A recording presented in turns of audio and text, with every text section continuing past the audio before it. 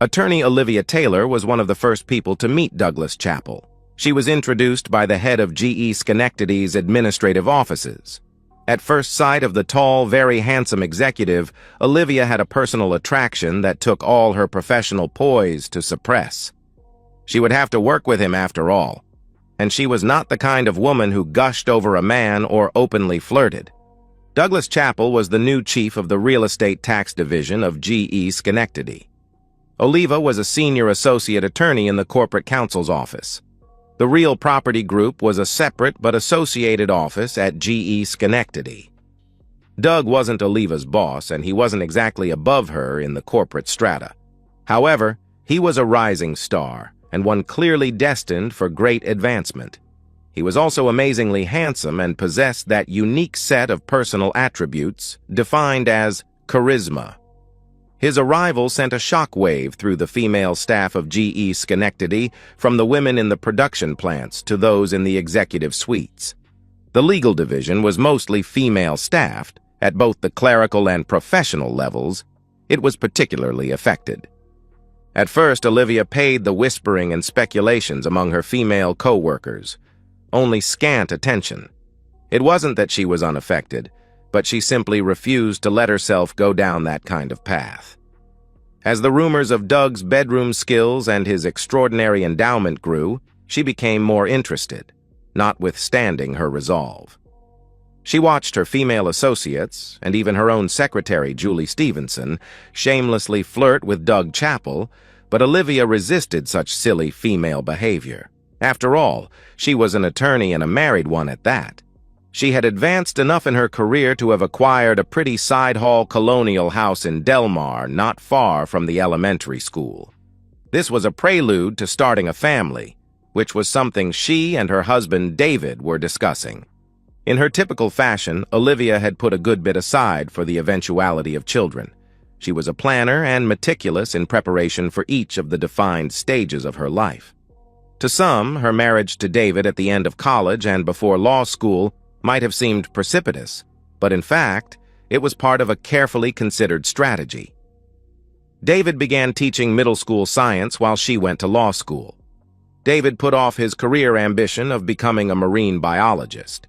He had envisioned himself living on a boat in a more southern climate. That was the kind of romantic dream David was prone to, and a substantial part of what endeared him to his more practical wife.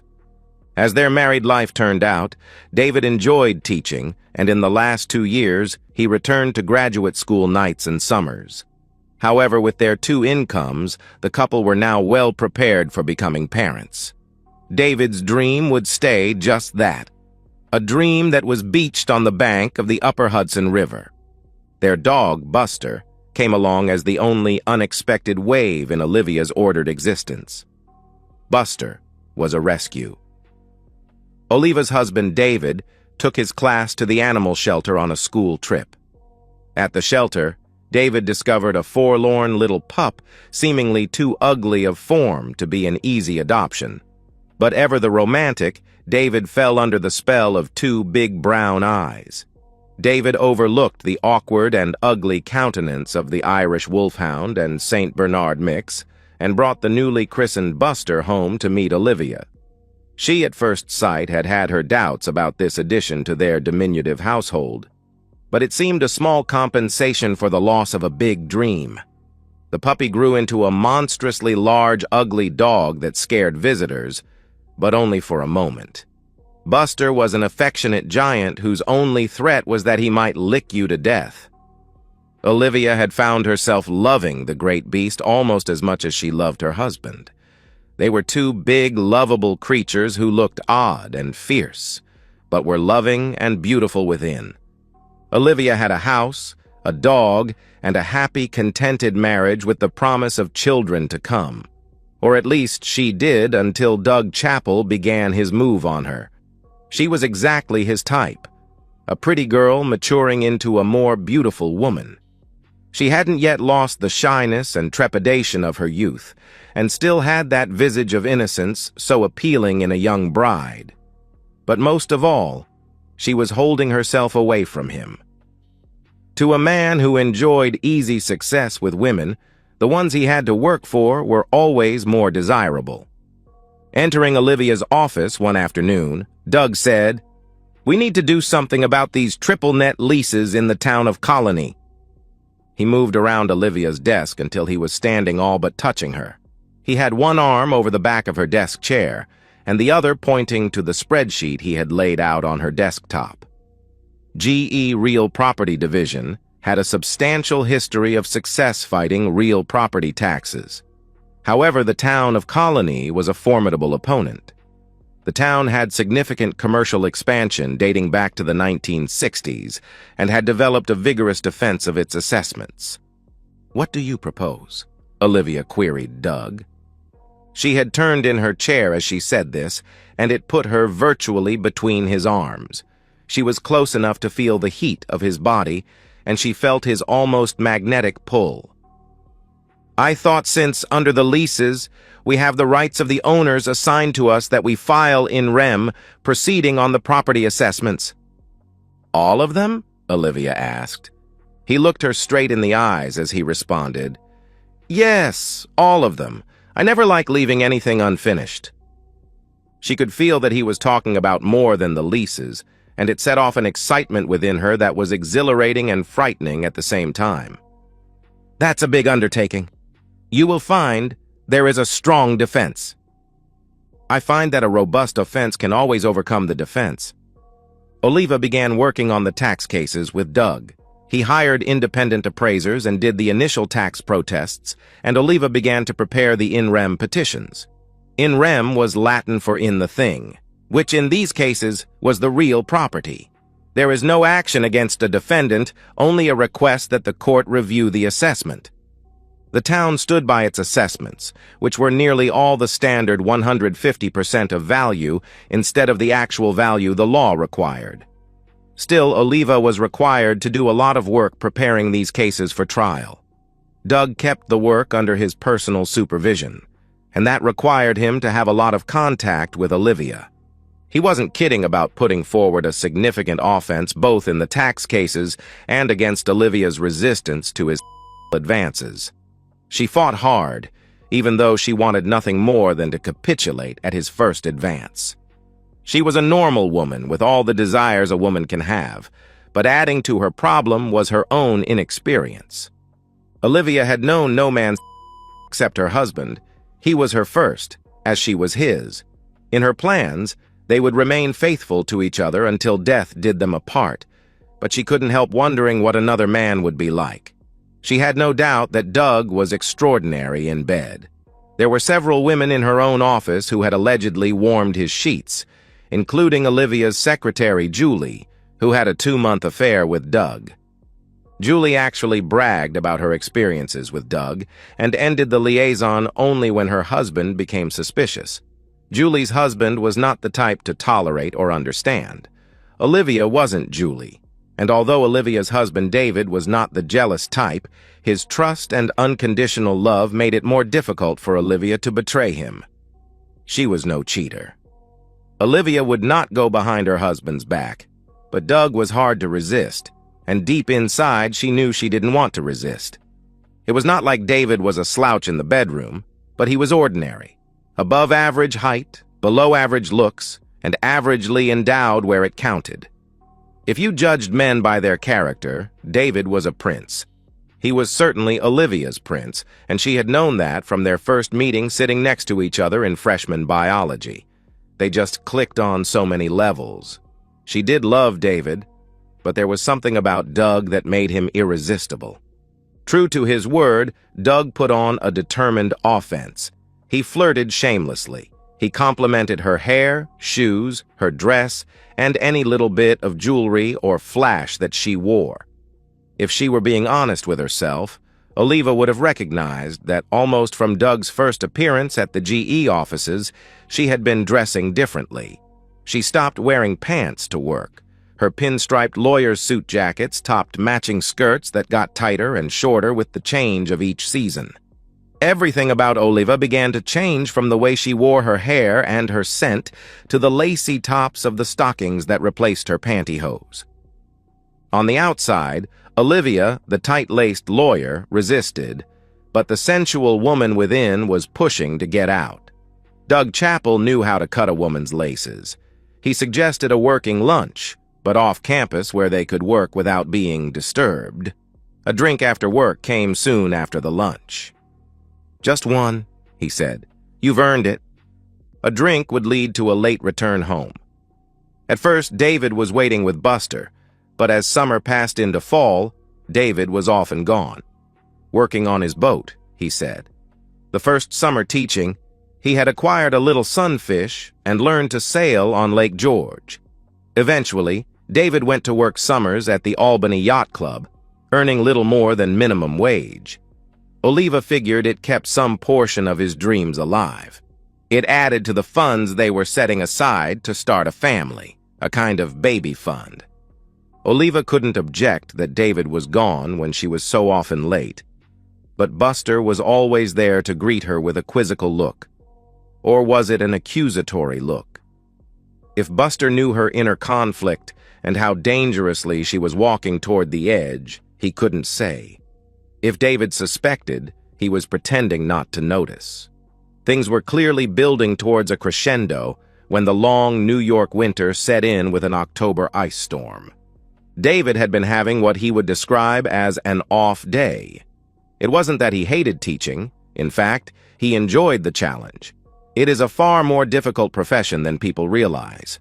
You have to listen to the bullshit that the school administrators give you and then figure out how to do the job despite them. You have to deal with the machinations of your fellow teachers, listen to their complaints, and avoid getting involved in their personal lives and professional resentments.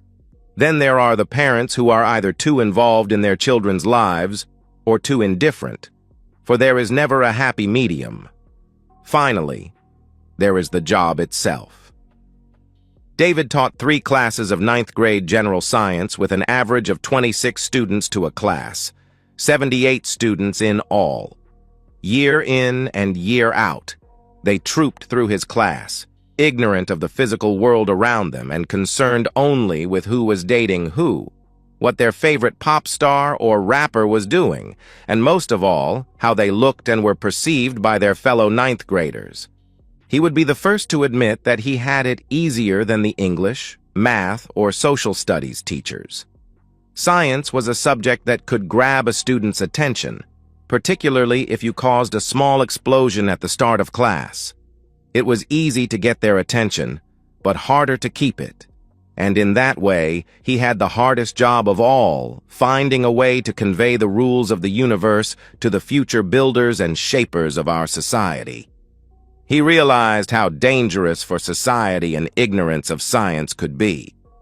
His was a responsibility complicated by the administrators, parents, politicians, religious leaders, and a grossly ignorant society that saw his job as simply to prepare his students to pass a series of standardized tests designed by the foolish for the ignorant.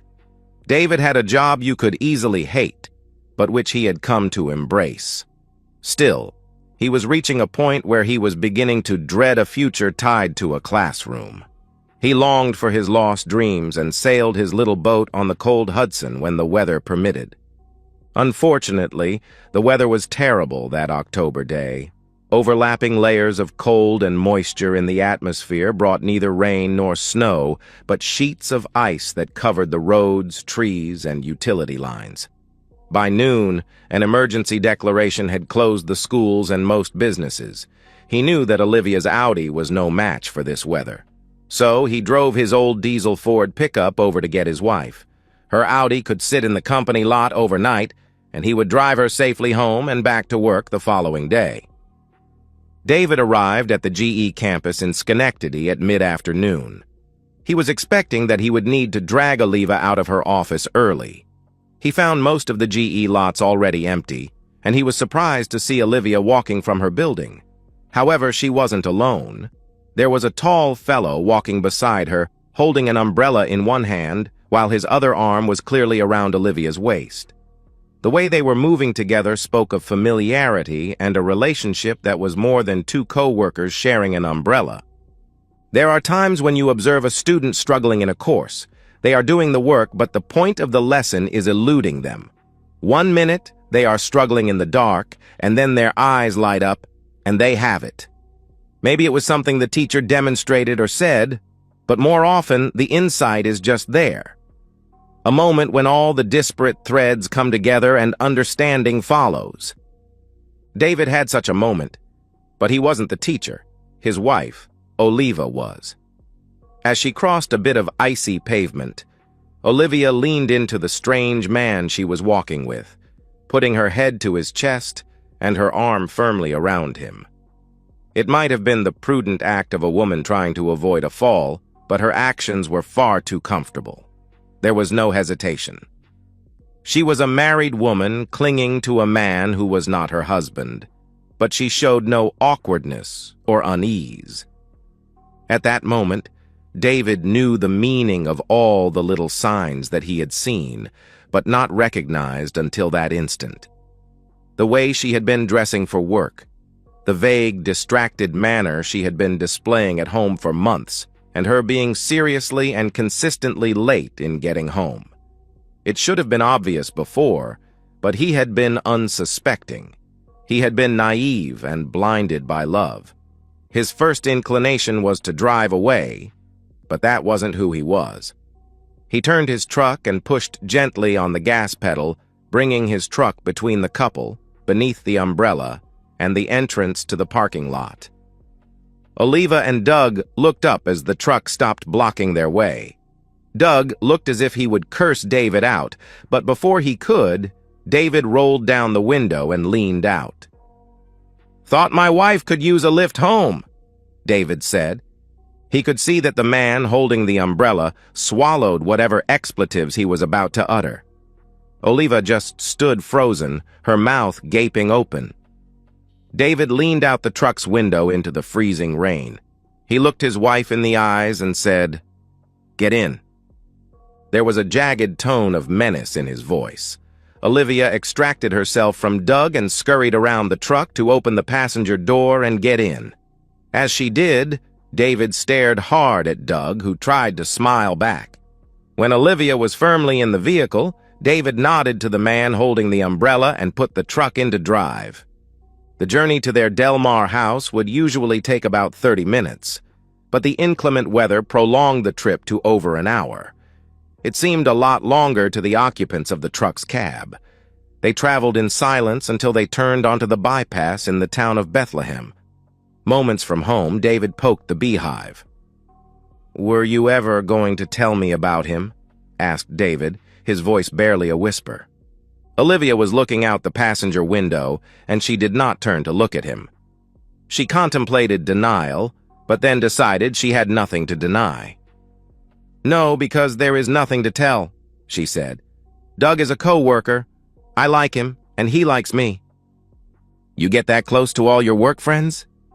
"No, of course not," Oliva said, and paused a moment before she went on. "Doug is something special to me. We are close in a way that is more than simple friendship."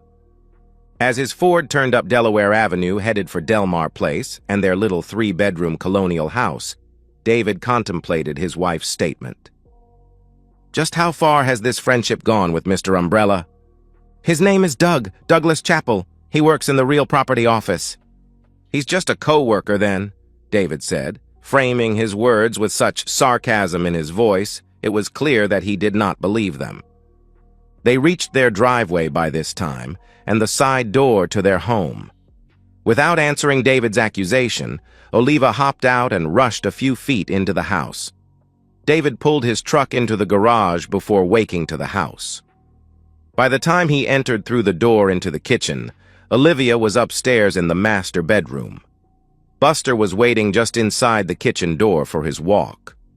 Despite the inclement weather, the man and his dog headed out. They walked to the elementary school and its open playing fields that were deserted in the icy rain. The weather didn't bother Buster. He seemed an animal designed for adversity. By the time the two returned, they were both soaked. They descended through the side door into the basement, where David threw his wet clothes in the wash and removed clean ones from the dryer. Buster was shaking himself dry, but David helped him with an old beach towel he kept in the basement for this purpose. When the two ascended back upstairs to the kitchen, they found Oliva waiting in her terry-cloth robe and seated at the kitchen table with an open bottle of wine before her. "We need to talk," she declared, pouring wine into 2 glasses. David took a seat at the table, but he didn't sit across from her. He sat at the end so that she had to turn to look at him. It also allowed him to turn so she was unable to directly see into his eyes. Oliva's tone was sweet but firm. "I want you to know that I love you and am very happy in our marriage," she began.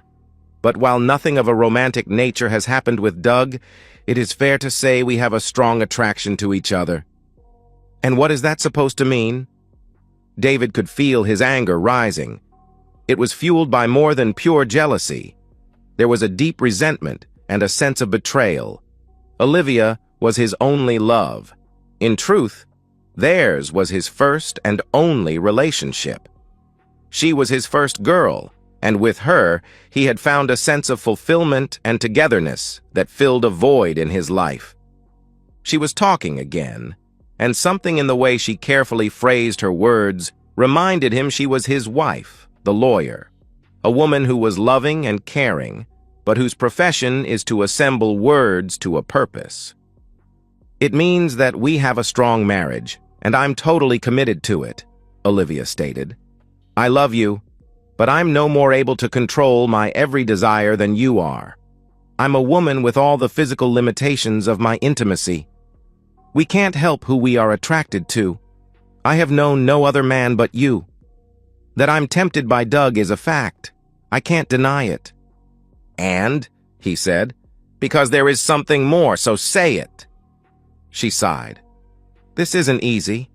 I've given it a great deal of thought, and I need to get Doug Chappell out of my system. It is too hard working with him every day and not knowing what he would be like." "Like?" he prompted. "You're the only man I've ever been to bed with. He is supposed to be spectacular. I can't help being curious, and he's let me know that he wants me. Yet, I haven't even kissed him, and I won't unless—" She let that last word hang in the air, but David had turned away while she was speaking, and with her last word, he rose and said, "Buster needs feeding." Olivia let the matter drop. She was caught between the love she had for her husband and the desire she had as a woman. It had been 3 weeks since the ice storm. The climate had changed, and it was an unusually warm November. The weather seemed to become more unpredictable each year. There was a late-season hurricane in the Caribbean, but between Oliva and David there was a hard freeze. They had been barely speaking since the talk, or rather Olivia's monologue at the kitchen table. When Oliva returned to work after the storm, Doug wanted to know what had happened with David. "He wasn't violent?" Doug asked. "Was he?" "No. He was shocked, I guess, and certainly hurt," she replied. "He's not a violent man." "Well, it seemed to me that he had murder in his eyes," Doug claimed. "No, he's just hurt. I hurt him," Oliva said as she walked away. Doug was not a physically brave man, and David's appearance belied his mild temperament. This was unlike Julie Stevenson's husband, Louis, whose short stature and slight build concealed a violent temper. Thanksgiving came and went, and soon Christmas was upon them, and the office holiday party. It was a small affair, just the one building and devoid of alcoholic stimulation. Still, everyone made an appearance, even if brief. By that December, Doug had already had his way with the majority of the more attractive females at GE Schenectady. None of the ladies had complained. It was only his conquest of Oliva that had failed to succeed, but the contest was not yet over. Since the unfortunate and untimely appearance of her husband on that icy October day, Olivia had kept her distance. But with the passage of time, things began to look promising again. Doug managed to catch Olivia just outside her office as the party began to break up. The next thing she knew, they were in her office with the door closed and making out. "I can't," she said, pulling away. "Why? You said your husband wouldn't give us trouble." "It's still cheating. I owe David better than that." "And what do you owe yourself?" he said. "You know what you want." You can't deny this." He pulled her into a tight embrace and kissed her. Try as she might, she responded and put the heat of her barely containable passion into her kiss. It took all her will to break away. "I'm sorry," she sobbed. "And we're just about out of time," a frustrated Doug said. "What?" she asked. "I'm being promoted to the New York City headquarters. I'll be leaving at the end of January." "They haven't announced that yet," she replied. "It won't be official until the first of the year, but they told me to get ready to move." With that, he kissed her again, but Olivia continued to refuse him. On her way home, Olivia thought over her situation. She wanted Doug, but not forever. His leaving was a good thing, but it felt as if she were about to miss something that would not come her way again. She loved her husband, David, and wanted a home and family with him. However, suddenly motherhood felt like a trap that was closing in on her before she had an opportunity to experience life. Doug had asked what she owed herself. Didn't she owe herself some experiences before she grew old? Was she missing the chance to be with someone like Doug Chappell? If he were leaving, she would miss her opportunity, and she knew it would not come again. By the time she pulled into her driveway, she had convinced herself that she needed to be with Doug at least once before he left for the NYC offices, but she wasn't going to cheat. She would have a conversation with David and explain to him that she wanted this one opportunity to experience something different. In a way, Doug's imminent departure would make it easier. It would just be a one-off, and then he would be gone, and she and David could go back to the comfortable life they had. But she would have had this experience. She needed to find the right time to broach the subject with David. She didn't want to come out with it as some kind of fait accompli. It should be a starting point in a discussion where they could reach a mutual understanding to do precisely what she wanted. Of course, she didn't see it exactly that way. Usually they spoke and she got her way. Few marriages grow to be truly equal. In most, one party is dominant. How dominant is the point of friction, but in the case of Olivia and David, she was dominant, and there was little friction between them. David had so far acquiesced entirely on every issue in their marriage. Still, unfortunately, that was why Olivia's current desire was about to spark an earthquake that had been building. She decided that the best time to hit David with the fact of her desires was just after dinner, and before they adjourned to their bedroom for intimacy. Olivia chose the Sunday evening after her office holiday party. She made David's favorite pot roast for dinner. She took care to primp herself up after dinner while David was on the couch, streaming one of his nature shows. About 9 o'clock, she slipped in next to him on the couch.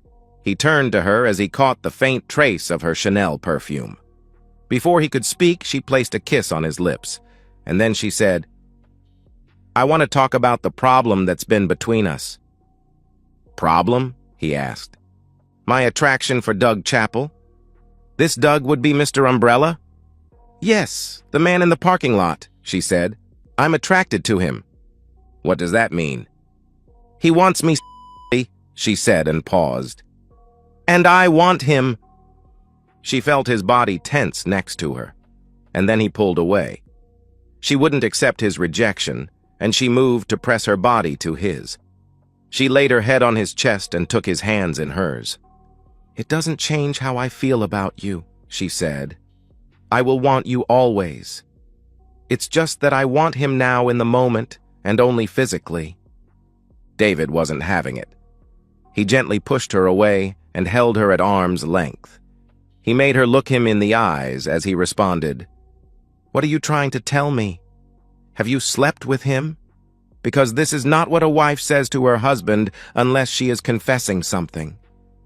She smiled and looked back into his eyes.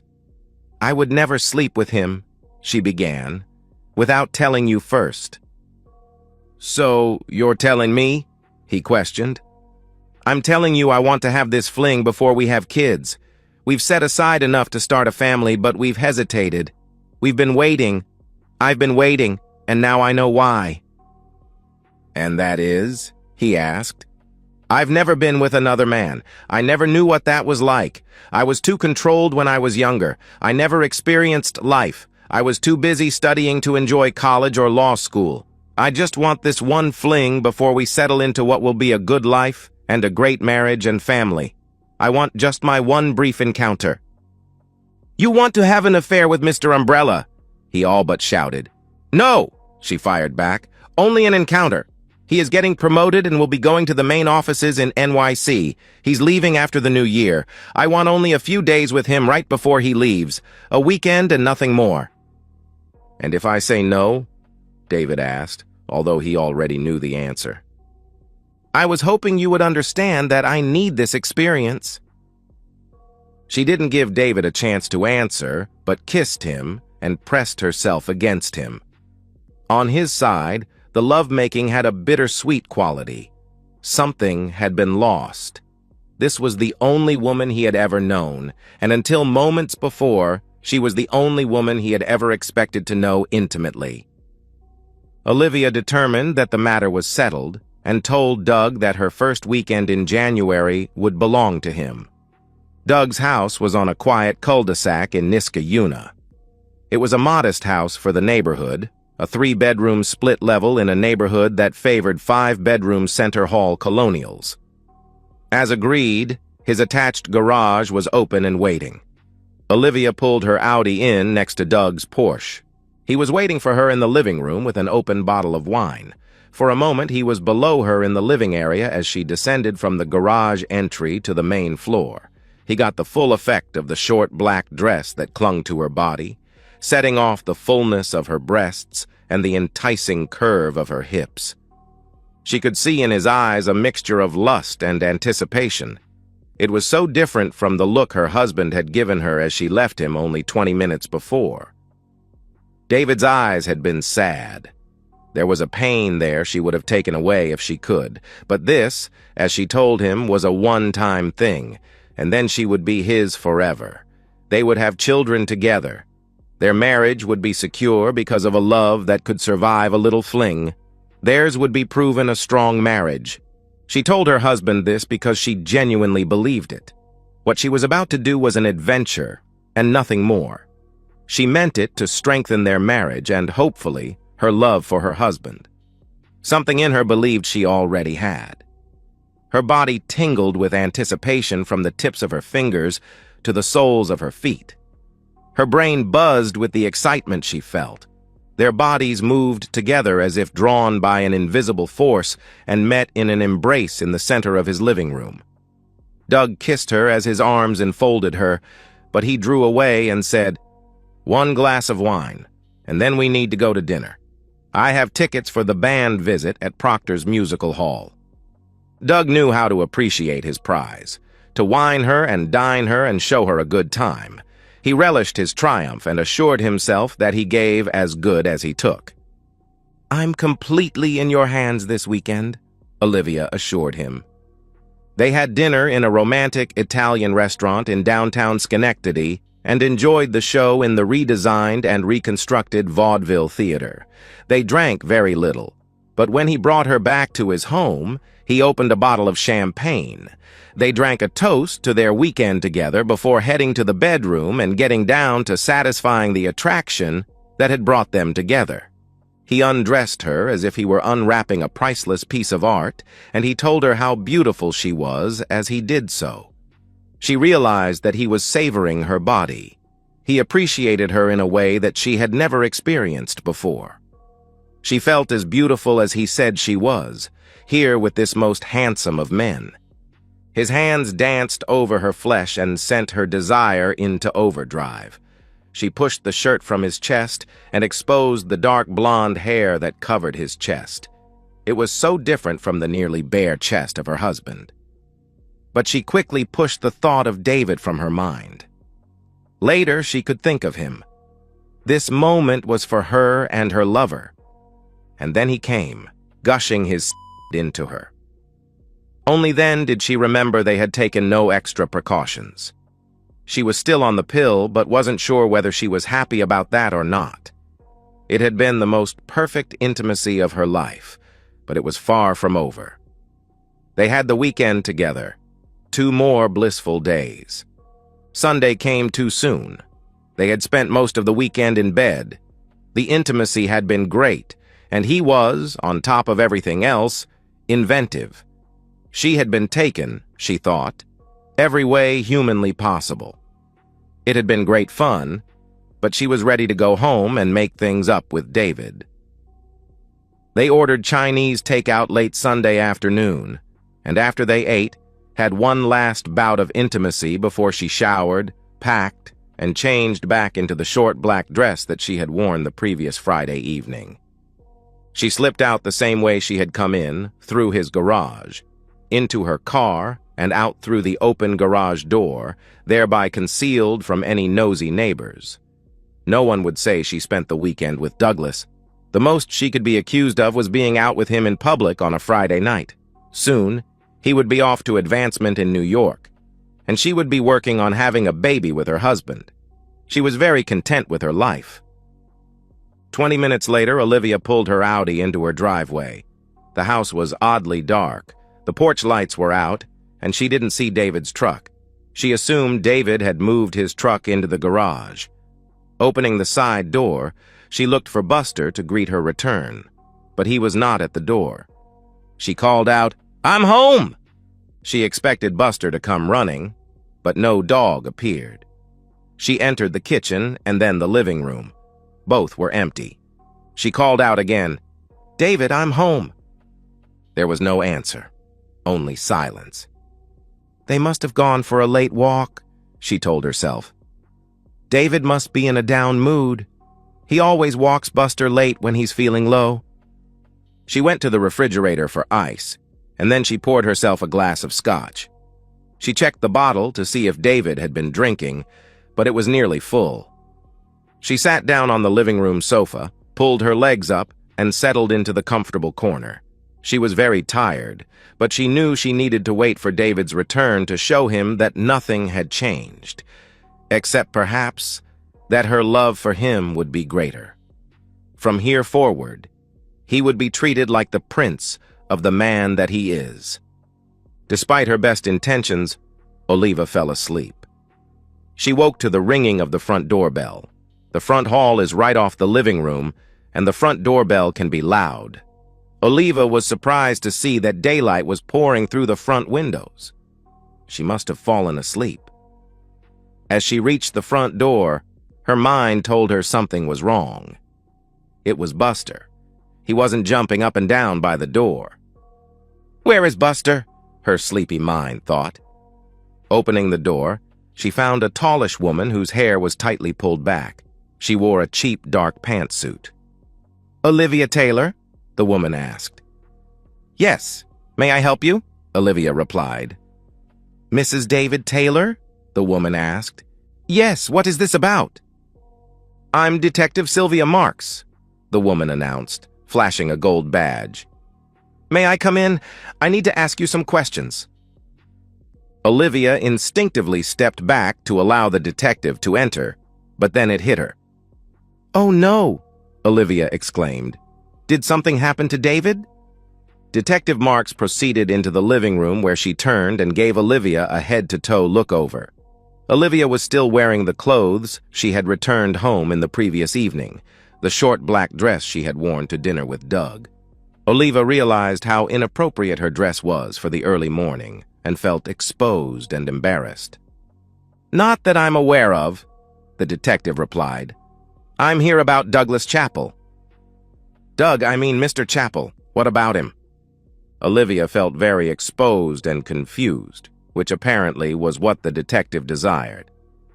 "He was attacked last night as he put his trash out in front of his home," the detective began as she pulled a small notepad from her pocket. "He claims to have been jumped by a man wearing a ski mask and wielding a small club."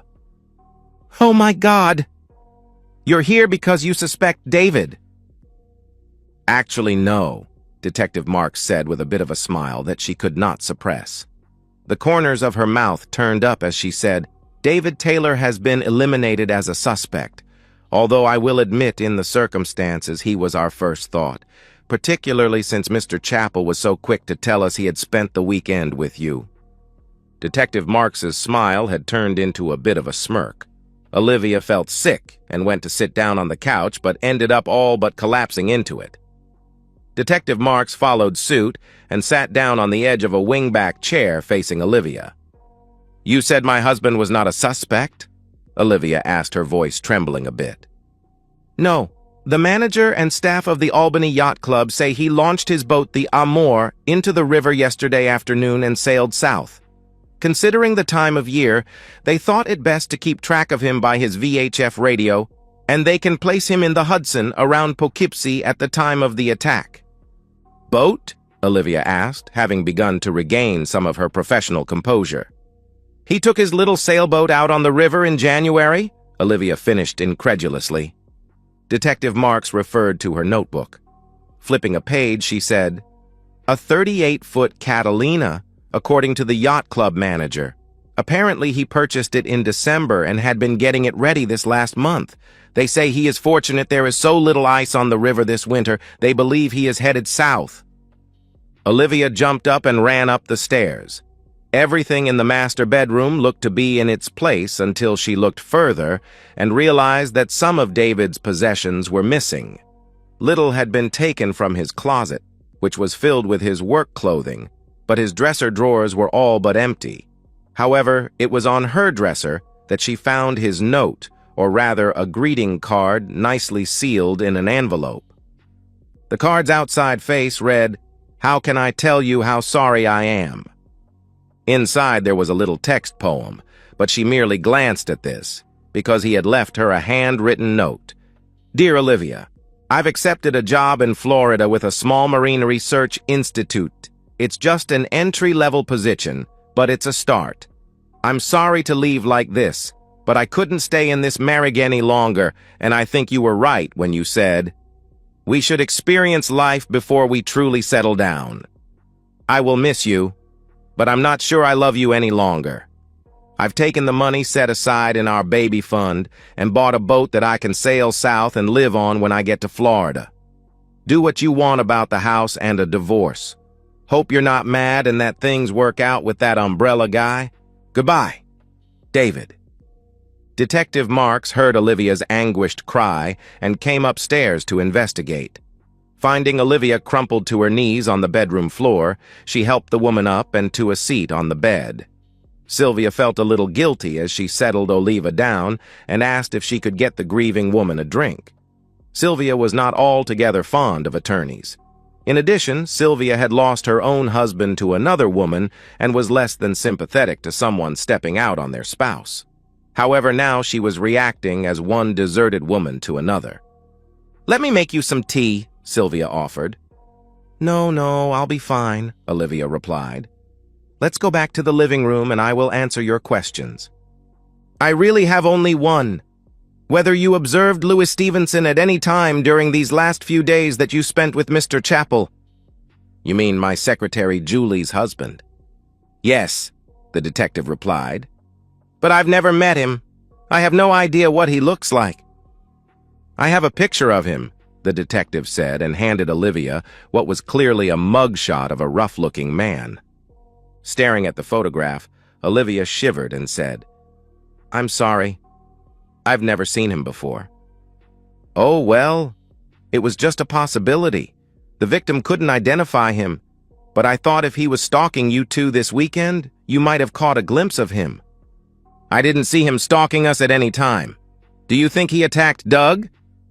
"Yeah, he's a likely suspect," Sylvia began in a cool professional voice. "He has a record for assault and a history of jealousy.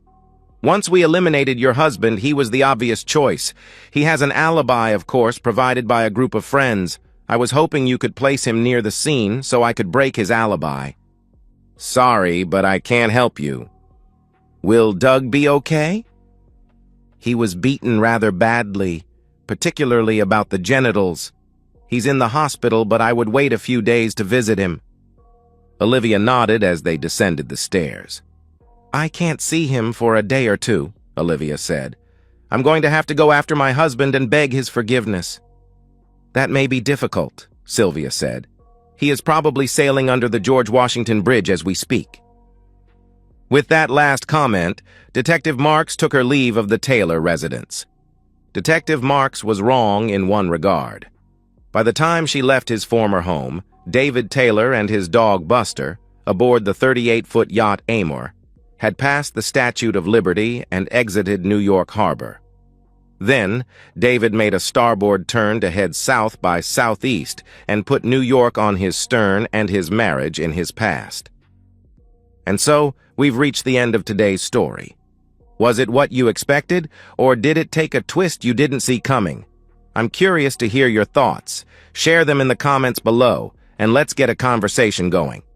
If this story kept you hooked, make sure to hit that like button. And if you're new here or just haven't subscribed yet, now's the perfect time to join our community. I bring you fresh, captivating stories every day, so click that subscribe button and turn on notifications so you never miss out. Thanks for watching, and I'll see you in the next one.